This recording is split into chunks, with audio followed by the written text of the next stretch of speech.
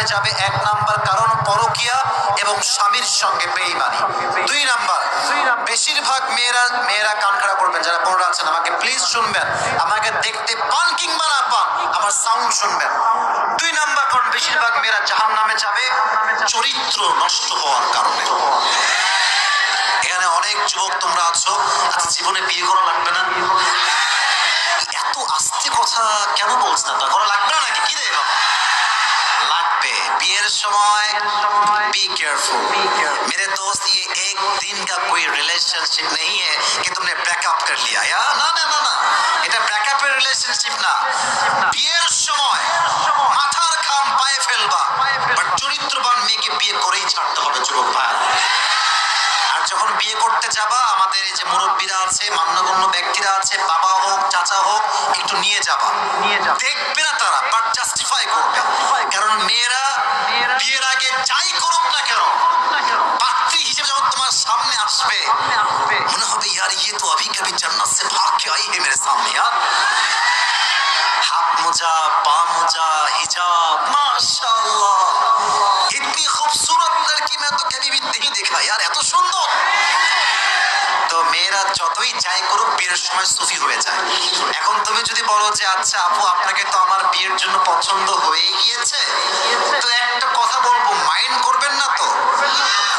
তোরা কি মাইন্ড করবি? মেয়েটার কথা বলতেছি, তো মেয়েটা বলবে যে না না আমি মাইন্ড করবো না, আপনি বলেন। তো তুমি বলবা আচ্ছা যেহেতু আমি আপনাকে বিয়ে করেই ফেলবো, আপনার কি আগে কোথাও ছিল নাকি কিছু আপনার? তো মেয়ে দেখবা যে যত যাই করবো কি বলছেন ভাইয়া, নাউজুবিল্লাহ, আমি সব বুঝি না। মেরে দোস্ত, যেই মেয়ে বলবে আমি কিছু বুঝি না, আমার কেউ নাই, আমি একা, বড্ড একা, ডাল মে কুছ কালা তো জরুর है वहां पे, জাস্টিফাই করবা, বুঝে শুনে বিয়ে করবা। বিয়ে জীবনে একবার, এখানে হারলে পুরো জীবন তুমি হেরে যাওয়া। এজন্য বেশিরভাগ মেয়ে জাহান্নামে যাবে চরিত্র নষ্ট হওয়ার কারণে। আল্লাহ প্রত্যেকটা মেয়েকে, কোনো মেয়েকে আমি আঘাত দিয়ে কথা বলছি না, আল্লাহ প্রত্যেকটা মেয়েকে চরিত্রবান নারী হওয়ার তৌফিক দান করুন। সকলে পড়া আমিন। তোমরা খুব খুশি আমি বুঝতেছি, আর তোমরা কিন্তু একতরফা দোষ দিও না। তুমি আজকে 4টা প্রেম করবা, 4 ঘাটে পানি খাবা, তোমার বউ তোমাকে 10 ঘাটে পানি খেয়ে বিয়ে করবে যুবক। যে যেমন তার বউ হবে তেমন, যে মেয়ে হবে যেমন তার স্বামী হবে তেমন। الخبيثات للخبيثين والخبيثون للخبيثات والطيبات للطيبين والطيبون للطيبات. Very clear ayah. Good character people, they will have good character people. Bad character people, they will have bad character people. আপনি যেমন আপনার বউ তেমন, মেয়েরা আপনি যেমন আপনার স্বামী হবে তেমন, ঠিক কিনা বলেন? আল্লাহ আমি সহ আমাদের সবাইকে, মা বোন সহ সবাইকে চরিত্রবান হওয়ার তৌফিক দান করো। সকলে পড়া আমিন। সর্বশেষ আয়াত এবং হাদিস, এটা বলে আমরা দোয়ার দিকে যাব। বলেন জাহান্নামে যাওয়ার সবচেয়ে বড় কারণ কি হবে, কে বলতে পারে? সুদখোর একটা পাওয়া গেল, আরেকজন কে কি বলতে পারে দেখি?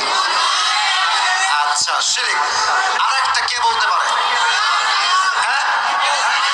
নামাজ কেউ বলছেন নাকি? আচ্ছা উত্তরটা হচ্ছে সবচেয়ে বড় কারণ হচ্ছে নামাজ। দলিল কি? ইয়াতাসাআলুনা আনিল মুজরিমিনা মা সালাকাকুম ফি সাকার ক্বালু লাম নাকু মিনাল মুসাল্লিন। 29 নম্বর পারা, সূরাতুল মুদ্দাথির। On the day of judgment, the people of hellfire, they will be asked about on this matter. Hey man, what is the sins that brought you in the hellfire? তোমার কোন গুনাহ তোমাকে আজকে জাহান্নামী বানিয়েছে? সে বলবে ক্বালু লাম নাকু মিনাল মুসাল্লিন, আমি তো মুসলিম ঘরের সন্তান ছিলাম, বাট আমার নামাজটা ঠিকঠাক ছিল না, এই জন্য আমি আজকে জাহান্নামের অধিবাসী হয়ে গিয়েছি। নাউজুবিল্লাহ পড়বেন না আপনারা? সবচেয়ে বড় কারণ হবে বেনামাজি হওয়া। আপনারা সবাই মিজানুর রহমান আজহারের নাম শুনছেন না? ভালোবাসেন আপনারা সবাই? কে নাই যে ভালোবাসে না? দিন শেষে যে হেটার্স, সেও আজহারিকে ভালোবাসে। কারণ যে মানুষটার মুখে মুচকি হাসি আছে, কথায় মাধুর্যতা আছে, শত্রু তার বন্ধু হতে বাধ্য হয়ে যায়। কান্নাহু ওয়ালিয়ুন হামিদ। শত্রুর সাথে বিনয়ী হবেন, ভালোবাসা দিয়ে কথা বলবেন, হাসি দিয়ে কথা বলবেন। আজকের শত্রু কালকে বন্ধু হয়ে যাবে। এটা আমার কথা নয়, বলেছে একজন। আওয়াজ দিয়ে বলেন তিনি কে? ওনার একজন নানা ছিলেন, তার নাম হচ্ছে গোলাম সরওয়ার সাইদি হুজুর। নাম শুনছেন? আমি তো যুবক মানুষ, আমার চেহারা কত সুন্দর, তার চাইতে ওনার চেহারা অনেক বেশি সুন্দর। চেহারা একটা নূর আছে আলাদা। উনি একটা কথা, কথা বলো না, পেছনে কিছু বাচ্চা আছে, মেবি কথা বলতেছে, এগুলো করবেন না। শেষ ভালো যার, সব ভালো তার। তাকবীর দেন, লিল্লাহি তাকবীর। উনি বারবার বলতেন, নামাজ নাই যার, ঈমান নাই তার। নামাজ নাই যার, মুসলিম হিসেবে পরিচয় দেওয়ার কোনো অধিকার নাই তার। ঠিক কিনা বলো? শেষ হাদিস শুনেন, এটা বলে দোয়া করব। ওমর ফারুক রাদিয়াল্লাহু, লম্বা একটা স্টোরি বলছি প্রিসাইজলি। ওমর ফারুক রাদিয়াল্লাহু তাআলা আনহুর কাছে একবার একজন অগ্নি উপাসক, তার নাম হচ্ছে আবু লু আল মাজুসি, এসে বলছে, ওমর, আমার যে মালিক আছে সে প্রত্যেক দিন আমার কাছে